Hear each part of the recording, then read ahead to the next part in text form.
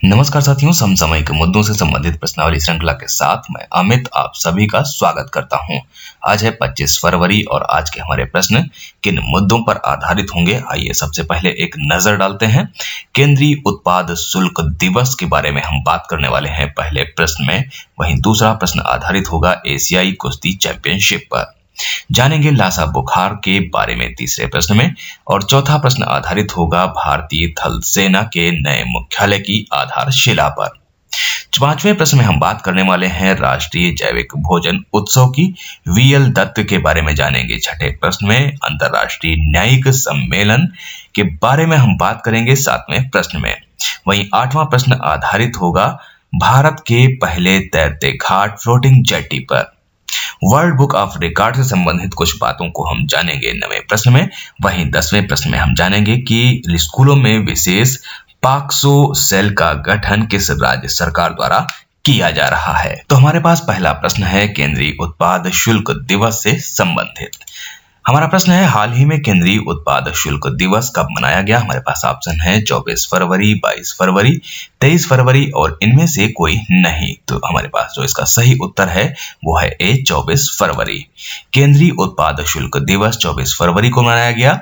इस दिवस को देश के प्रति केंद्रीय उत्पाद व सीमा शुल्क बोर्ड की सेवा में योगदान देने के लिए मनाया जाता है। इस दिवस को 24 फरवरी 1944 को केंद्रीय उत्पाद शुल्क और नमक अधिनियम को लागू करने की स्मृति में मनाया जाता है।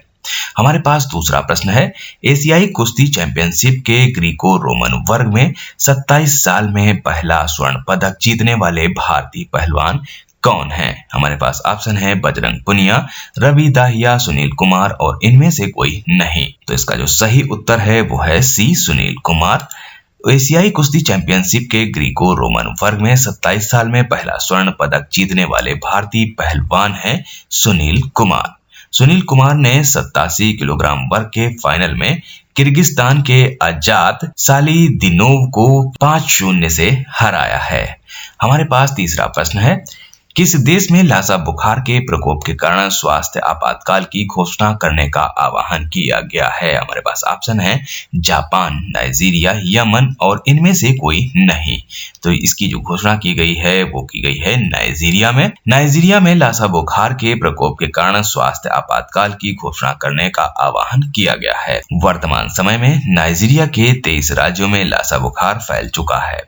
सबसे पहले इसकी पहचान 2019 में की गई थी जब यह केवल 2 राज्यों में फैला था। लासा बुखार एक प्रकार का वायरल रक्तस्रावी रोग है जो लासा वायरस के कारण फैलता है। यह वायरस चूहों के मलमूत्र के संपर्क में आने से मनुष्यों में फैलता है। हमारा अगला प्रश्न है हाल ही में भारतीय थल सेना के नए मुख्यालय की आधारशिला कहाँ रखी गई है। हमारे पास ऑप्शन है दिल्ली, कानपुर, लखनऊ और इनमें से कोई नहीं। तो यहाँ पर जिसका सही उत्तर होगा वो है दिल्ली। दिल्ली के कैंट में भारतीय थल सेना के नए मुख्यालय की आधारशिला रखी गई। भारत के इस नए सेना मुख्यालय का नाम थल सेना भवन रखा गया है। नए सेना मुख्यालय का निर्माण लगभग 39 एकड़ क्षेत्र में किया जाएगा। चीफ ऑफ डिफेंस स्टाफ का कार्यालय भी इसी भवन में होगा। इस भवन के लिए ग्रह 5 रेटिंग को अंगीकृत किया गया है। ग्रह का पूर्ण स्वरूप green rating for integrated habitat assessment है। यह एक किस्म का रेटिंग टूल है। यह भवनों को डिजाइन, निर्माण व परिचालन के संसाधनों के उपयोग के आधार पर रेटिंग प्रदान करता है। हमारा अगला प्रश्न है हाल ही में किस राज्य या केंद्र शासित प्रदेश में राष्ट्रीय जैविक भोजन उत्सव का आयोजन किया गया। हमारे पास ऑप्शन है उत्तर प्रदेश, राजस्थान, नई दिल्ली और इनमें से कोई नहीं। तो इसका सही उत्तर है नई दिल्ली। नई दिल्ली में राष्ट्रीय जैविक भोजन उत्सव यानी कि नेशनल ऑर्गेनिक फूड फेस्टिवल का आयोजन किया गया। यह इस प्रकार का पहला उत्सव है जिसमें लगभग 150 महिला उद्यमी हिस्सा ले रहे हैं। केंद्रीय खाद्य प्रसंस्करण मंत्रालय 3 दिन तक इस फेस्टिवल का आयोजन करेगा। इसमें स्वयं सहायता समूह अपने मसाले, फल, सब्जी, शहद, फ्रूट इत्यादि का प्रदर्शन करेंगे। इस उत्सव का उद्देश्य जैविक उत्पादों के उत्पादन को बढ़ावा देना है। इसकी अगर थीम की बात करें कि क्या रखी गई है, तो थीम रखी गई है unleashing India's organic marketing potential. हमारा अगला प्रश्न है, हाल ही में वीएल दत्त का निधन हो गया, वे किस संस्था के पूर्व प्रमुख थे? हमारे पास ऑप्शन है नेस्कॉम, भेल, फिक्की और इनमें से कोई नहीं। तो यहाँ पर जो इसका सही उत्तर है वो है सी, फिक्की। वीएल दत्त फिक्की यानी कि federation of India chambers of commerce and industry के पूर्व प्रमुख थे। वे 1991 से 1992 तक फिक्की के अध्यक्ष पद पर रहे। हमारा अगला प्रश्न है, हाल ही में अंतर्राष्ट्रीय न्यायिक सम्मेलन का आयोजन कहाँ किया गया? हमारे पास ऑप्शन है नई दिल्ली, न्यूयॉर्क, टोक्यो और इनमें से कोई नहीं। तो इसका जो सही उत्तर है वो है नई दिल्ली। नई दिल्ली में अंतर्राष्ट्रीय न्यायिक सम्मेलन का आयोजन किया गया। इस सम्मेलन की थीम जो थी वो जेंडर जस्ट वर्ल्ड है।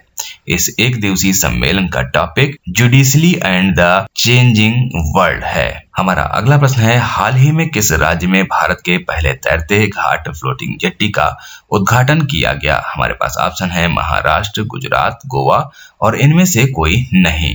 तो यहाँ पर जो इसका सही उत्तर है वो है सी, गोवा। गोवा के वास्को में भारत के पहले तैरते घाट फ्लोटिंग जेट्टी का उद्घाटन किया गया। जहाजरानी राज्य मंत्री मनसुख मांडविया द्वारा इसका उद्घाटन किया गया। यह जेट्टी राज्य के पोर्ट विभाग परिसर में मोंडावी नदी के तट पर स्थित है। हमारा अगला प्रश्न है, world book of record London द्वारा किसे बॉलीवुड सम्मान के WBR गोल्डन एरा से सम्मानित किया गया? हमारे पास ऑप्शन है अमिताभ बच्चन, धर्मेंद्र, मनोज कुमार और इनमें से कोई नहीं। तो यहाँ पर जो इसका सही उत्तर है वो है C, Manoj Kumar. World book of record London द्वारा मनोज कुमार को बॉलीवुड सम्मान ऑफ WBR गोल्डन एरा से सम्मानित किया गया। उन्हें एक प्रसिद्ध अभिनेता होने और भारतीय सिनेमा में उनके योगदान के लिए सम्मानित किया गया। मनोज कुमार को 1992 में भारत सरकार द्वारा पद्म श्री से सम्मानित किया गया है एवं 2015 में उन्हें दादा साहब फाल्के पुरस्कार से सम्मानित किया गया था। बढ़ते हैं अपने इस सेगमेंट के अंतिम और 10वें प्रश्न पर। किस राज्य में यौन दुराचार और शोषण की शिकायतों को सुनने के लिए स्कूलों में विशेष पॉक्सो सेल होंगे? हमारे पास ऑप्शन है मध्य प्रदेश, बिहार, राजस्थान और इनमें से कोई नहीं। यहाँ पर जो इसका सही उत्तर है वो है बिहार। बिहार में यौन दुराचार और शोषण की शिकायतों को सुनने के लिए स्कूलों में विशेष पॉक्सो यानी कि protection of child from sexual offences cell होंगे। प्रत्येक विद्यालय में प्रधान अध्यापक की अध्यक्षता में एक समिति होगी। यौन अपराधों से बच्चों का संरक्षण अधिनियम 2012 का उद्देश्य न्यायिक प्रक्रिया के प्रत्येक चरण में अपने हितों की रक्षा करते हुए बच्चों के खिलाफ यौन अपराध करने वाले लोगों को दंडित करना है। तो ये थे आज के हमारे समसामयिक मुद्दों से संबंधित 10 प्रश्न। मिलते हैं कल नए 10 प्रश्नों की श्रृंखला के साथ। तब तक के लिए मुझे दीजिए इजाजत। नमस्कार, धन्यवाद।